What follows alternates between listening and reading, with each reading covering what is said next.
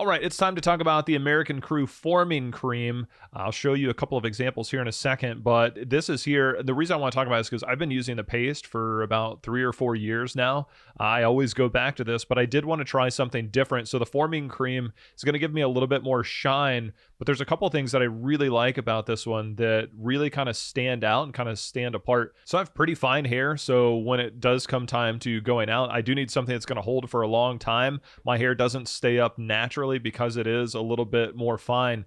So with this, the very first day I wore this out, it was very windy and humid outside, and this held up incredibly well. And then the one thing that I liked most about it is that not only does it hold for a very long time, is that I can also run my fingers through it and kind of reshape it if I need to, or it moves around and it's still going to hold, where some of the other creams or paste that I would use, if you do run your fingers through it, it's going to lose its hold and kind of lose its shape. But with the American Crew, it does that. Whether I'm using the forming cream or the paste, this does give a nice little shine to it. But the fact that I can still reshape it through the day is the number one reason I like this, alongside the fact that it is an all-day hold that works very, very well.